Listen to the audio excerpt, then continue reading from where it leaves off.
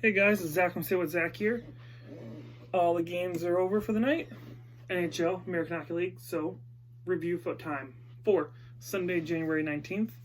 So 4 games for National Hockey League and 5 games for National or American. Getting mixed up, American, National. Can't keep them straight anymore, right?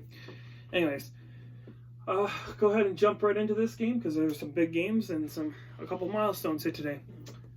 So, I guess milestones / newsworthy notes in these games. First game, Pittsburgh and Boston. So Pittsburgh goes in. This was a 12:30 game time on NBC if you're in the States. So as football winds down, more games were played on NBC during the day on Sunday. So we get to watch more games. If you don't have the package, like the NHL Network package or the NHL.TV package, NBC does start playing the games on Sunday afternoons to get you ready for the playoffs. Anyways, Pittsburgh goes in and beats Boston 4-3. So it's a big win for the Pittsburgh Penguins, who were down in this game when I started watching it. They were I shouldn't say they were down. It was 3-3 when I started watching this, and then Penguins come back, win it in the third period. Big win for the Penguins, again knocking out the Boston Bruins, who again have had their woes. They've been playing better as of late, but they do have their woes, especially blowing leads like that. Not a good way to be progressing as we start to go to the downward hill of the season. Brian Rust gets another one, so he's at 21 goals. He does lead the Pittsburgh Penguins in goals right now, so big deal for Brian Rust right now. He's playing very well, career year. Glad to have him on my fantasy team. And Crosby, he gets 2 more assists in this game. So again, Crosby coming back only makes this team that much better.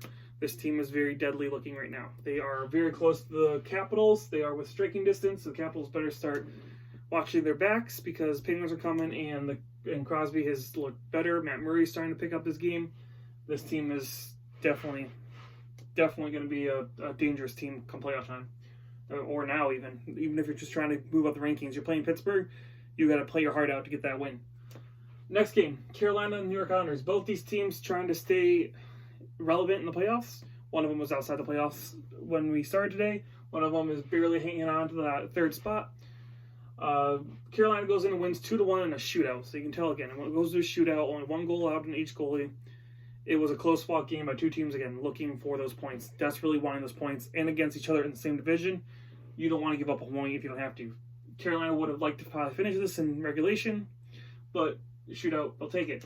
And big note here, Justin Williams comes back and gets the shootout winner. So Justin Williams is back with Carolina, gets the shootout winner to get them the extra point. So maybe Justin Williams is the key for this Carolina team, and they can go on the run and do what they did last year in the last half of the season. Next game, Columbus going in against New York Rangers. So Columbus is, again, one of the hottest teams in the league right now, and that doesn't stop against the Rangers. 2-1 is your final there. The Columbus Blue Jackets, they were down 1-0 after the second, I believe it was. As I stopped watching for a little bit around the second, almost end of the second, to help my dad do his couple of videos, and then I came back for the third. It was impressive. It came back towards the end of the third, should I say. But yeah, Columbus coming back and winning this one 2-1 just shows how good this team is and how deadly. They are not allowing goals. Again, 3 shutouts in the last 5 games. They only allowed 1 in this game. They're not allowing goals right now. And yeah, so again, they may not be getting a ton of goals, but when you aren't allowing that many goals, you're looking pretty good. And then big news on this one, Bjorkstrand comes back. He has the first game back, and he gets both goals for Columbus. So did they miss Bjorkstrand? Yeah, they did. He gets both goals for them tonight. So big game back for him. Big win for Columbus. They are, again, looking more and more like a playoff team. And some of these teams in the West or in the East better look out because they're coming for him. Last game of the night, the Blackhawks and the Winnipeg Jets. So, the Jets, they are struggling right now hardcore. Blackhawks are looking like they could possibly push for a playoff spot right now. They are now tied with Winnipeg in points. That's not good for Winnipeg because, again, Chicago is going up, Winnipeg is going down, and this is a big loss for them. Big note in this one, Patrick Kane reached 1,000 points tonight. So he has 1,000 career points in the NHL. Congratulations to Patrick Kane. He's not one of my favorite players. I think he's done some stuff in his past that I'm not a big fan of, but I will give credit where credit's due, where he is an amazing player. He is a very good player. And congratulations on his 1,000 points. That is a big milestone. And, you know, I'm sure he's going to get plenty more before the season's over. This team relies heavily on this guy. So anyways, those are your 4 games for the NHL tonight. Going over to the standings now. Again, the rest of the stickers hopefully should be here this week. And I'm going to make them the magnets in this fall match and be a little bit more nicer and organized for you to look at. But until then, get a little chaos. Boston still leading the Atlantic with 68. Tampa with 62. Florida with 57. That's the cutoff. Toronto 57, Buffalo 51, Montreal 51, Ottawa 42, and Detroit with 28. In the Metro, things get a little bit closer and a little bit hairier. Capitals 71 points, Pittsburgh 67. So again, 4 points back of the Capitals right now. So Capitals going a couple of game losing streak. Penguins keep going like this, they could take first place.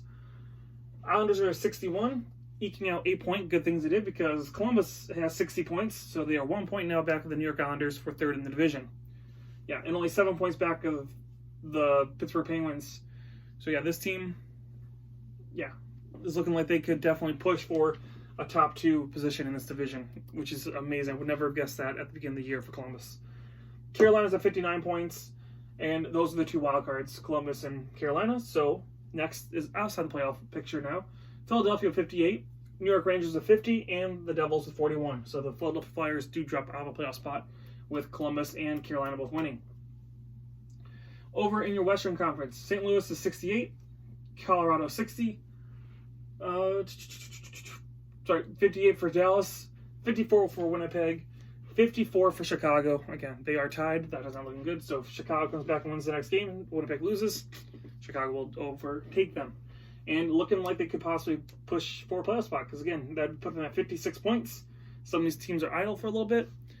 Chicago could look like they could do something here before the All-Star break or maybe right after. Nashville 51 and Minnesota with 50. Over in your Pacific, again, Vancouver's first place, 58 points. Oilers at 57. Calgary with 57. Vegas with 57. Coyotes with 57. That is your cutoff for the playoffs. San Jose with 46, Ducks with 43, and the Kings with 41. The Sharks are officially pretty much done. They are 11 points out. Again, about 7 or 8 is where it seems like the cutoff point is usually. 11 points out, that means this team is going to try and probably sell and try and desperately get a first rounder back so they're not going to miss out in the first round. For a deep draft, so if you miss out on your first rounder and Ottawa gets 2 of them now, that's great for Ottawa fans. You're getting 2 draft picks in this really deep draft. San Jose is going to want to get in on that. But they also have said, their GM has said, he's not going to be breaking up the core. So I'm curious as what San Jose is going to do in this draft. I'm not sure. It's looking like it's going to be some rainy days ahead for San Jose fans. Anyways, that is your updated standings for January 19th, which is Sunday. Hope you guys enjoyed the videos. Give me a like and subscribe if you do. This is Zach and Say What Zach, and thank you for watching. I will talk to you guys again soon.